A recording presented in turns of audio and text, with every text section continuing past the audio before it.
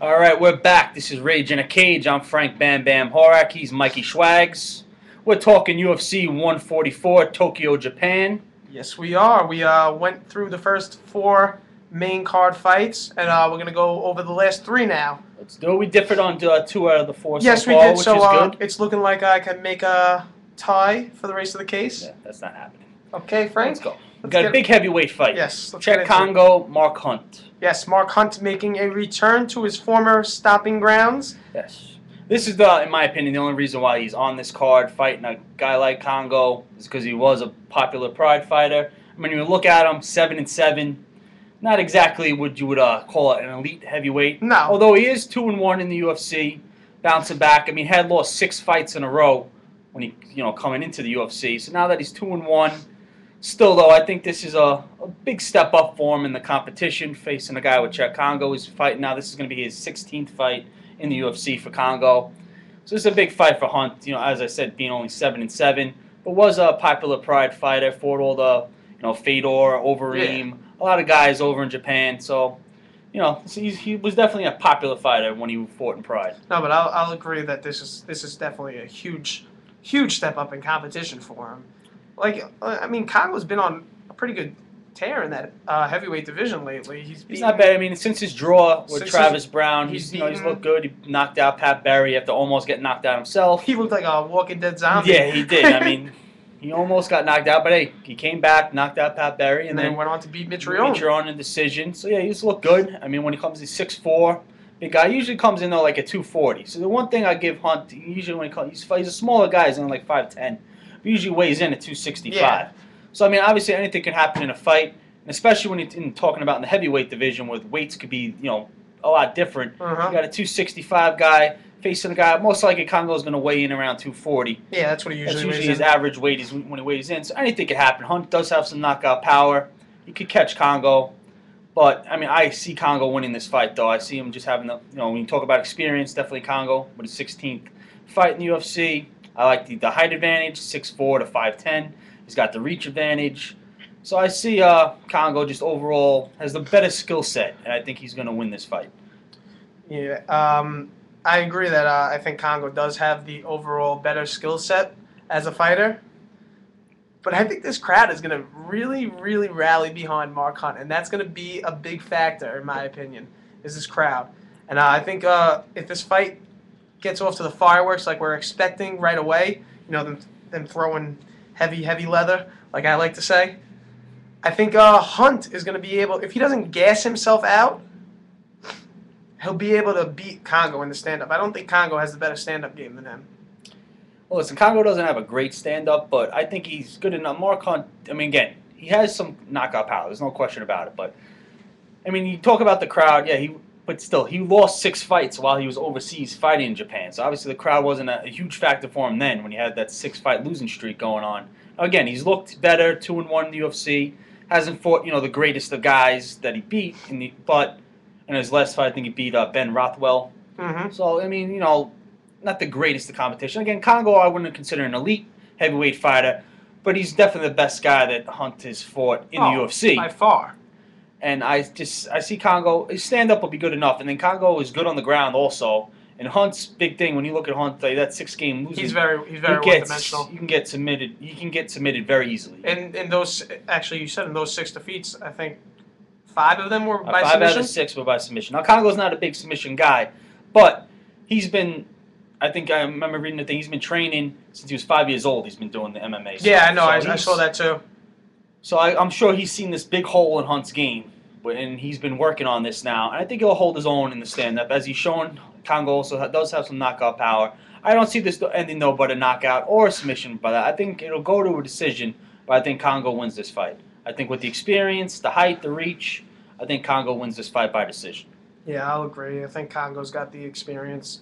So you're taking Congo? Yeah, I'm going to take Congo. He's taking Congo. All this talk about Hunt knocking him out, now he's taking Congo. I said Hunt could knock him out if he doesn't gas himself out. But I just think Congo's going to have more cardio. Hunt's going to gas himself out in that first round trying to knock Congo out.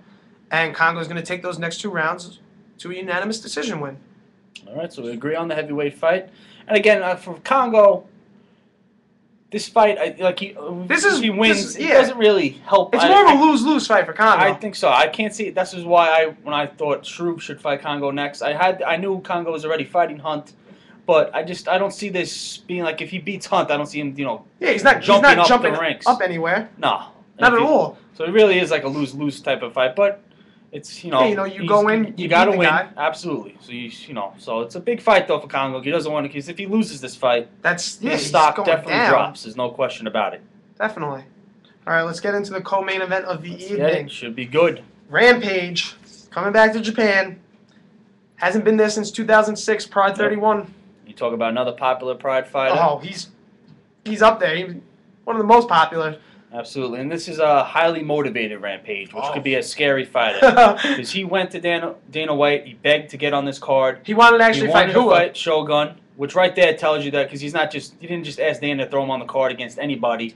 He wanted to fight one of the top. I mean, Shogun, who is one of the top light heavyweights in MMA. He wanted to fight Shogun.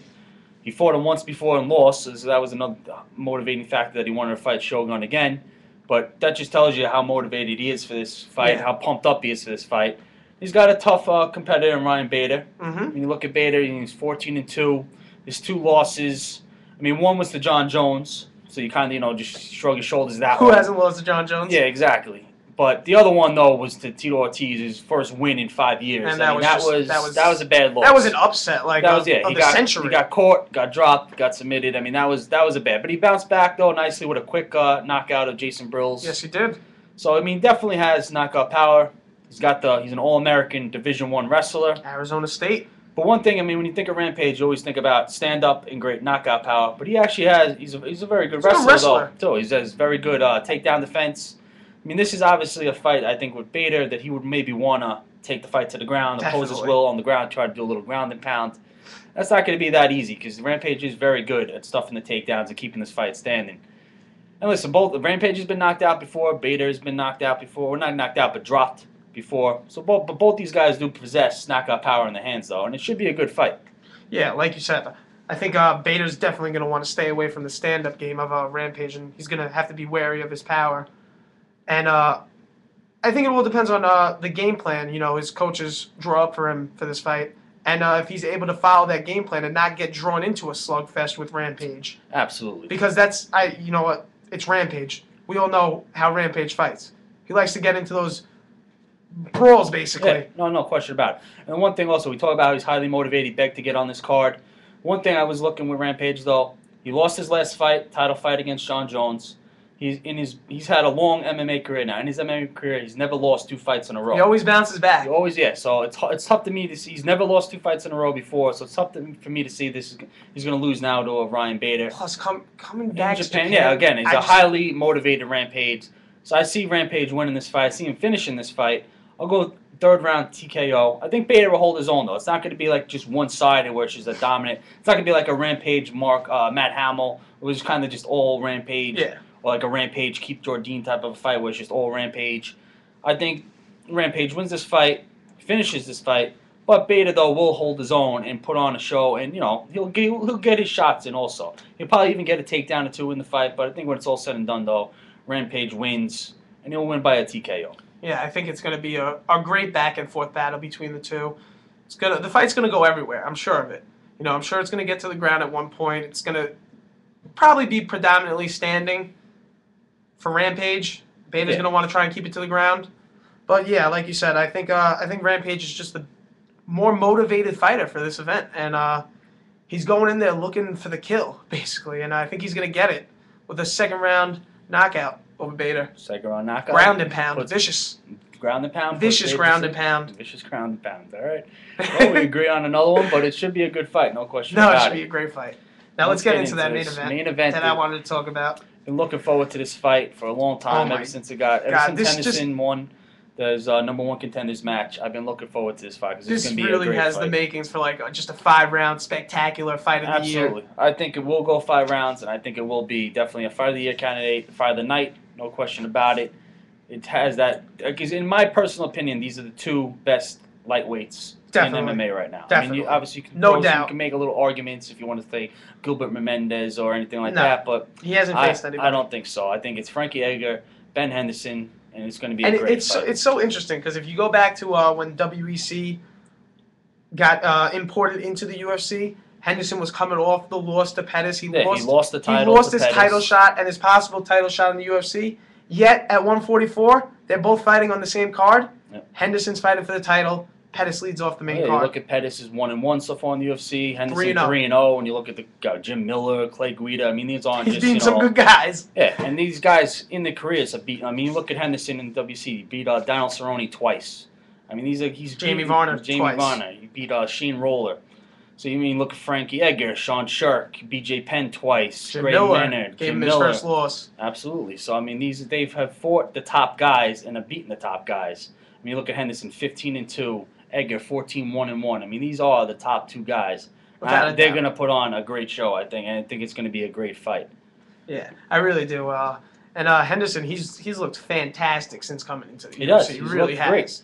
You know, I mean, everyone wants to talk about that Pettis fight with that great, and to Pettis' credit, that was a crazy move. But if you take that kick away, but that was a very close fight. Yeah, it wasn't like Pettis didn't knock him out after that kick. That was a close decision that Pettis won. I think if you take that kick away from that Pettis fight, Pettis might not win that fight. It was that might have been a split decision type of a deal, or it could have been. It was definitely a close fight before that head kick. Definitely. So it's gonna be stand up. I give the edge to Edgar. Yeah, he's got the speed advantage. I mean, look, he walks around at 155. Yeah, he doesn't cut any weight. It's just his. So he has great cardio. Oh, both fighters have great cardio. Absolutely, but just talking with Edgar right now, I mean, you look great the cardio. Great chin. I mean, you've seen he's taking shots from man. You would think, how is this guy still standing? No one's got a bigger. Obviously, he's been rocked, but to finish Frankie Edgar, good luck. Cause it's not happening. So, I mean, but Ben Henderson, though, obviously, great ground and pound. But Frankie Edgar, though, does have that great wrestling background. Mm-hmm. I mean, his stand-up has improved each fight as he's gone on, but he was mainly known, though, as a wrestler. Yeah. But now he's gotten that stand-up, though, like you said, with the speed. And now he's shown that he can. He's got some power. His last fight, that was the big thing. Well, he's not a finisher, Frankie Edgar. He just fights to a decision. Well, he finished Gray Maynard, no question about it. So I mean, Henderson also can be a finisher with his great ground and pound. He's got some good submission skills. He's got his stand-up isn't horrible either. He had showed some vicious leg kicks in his last fight, so he's been impressive too. I see this being a back and forth. I see this going 5 rounds of just great back and forth battle. I'm gonna, it's tough for me to go against Frankie Edgar watching his fights with Gray Maynard, B.J. Penn, all these. So I'm gonna say Frankie Edgar wins this fight, but it's gonna be another great fight. There's no question about it. Like you said, it could be like an instant type classic. I see Edgar keeping the belt, but it's gonna be a war. Yeah, I mean, I knew I'm such a big fan of both fighters, and I knew that this matchup would be announced eventually, and when it finally came. It's just so tough for me to pick between these two fighters. I just think they're both so equally good at everything that they do. Well, I just hope it doesn't end in another draw. No, that'll be bad. I can't stand draws. So hopefully in this title fight, it's a 5-round fight. It's going to be, like I said, it's going to be a great fight. I give the advantage. Stand up to Edgar. Advantage on the ground. Even with Edgar's great wrestling background, I give the advantage, though, to Henderson on the ground. With his ground and pound. I wouldn't necessarily give all the stand-up advantage to Edgar. Well, I'm not saying I give the speed advantage. I give Ben the power advantage in the stand-up.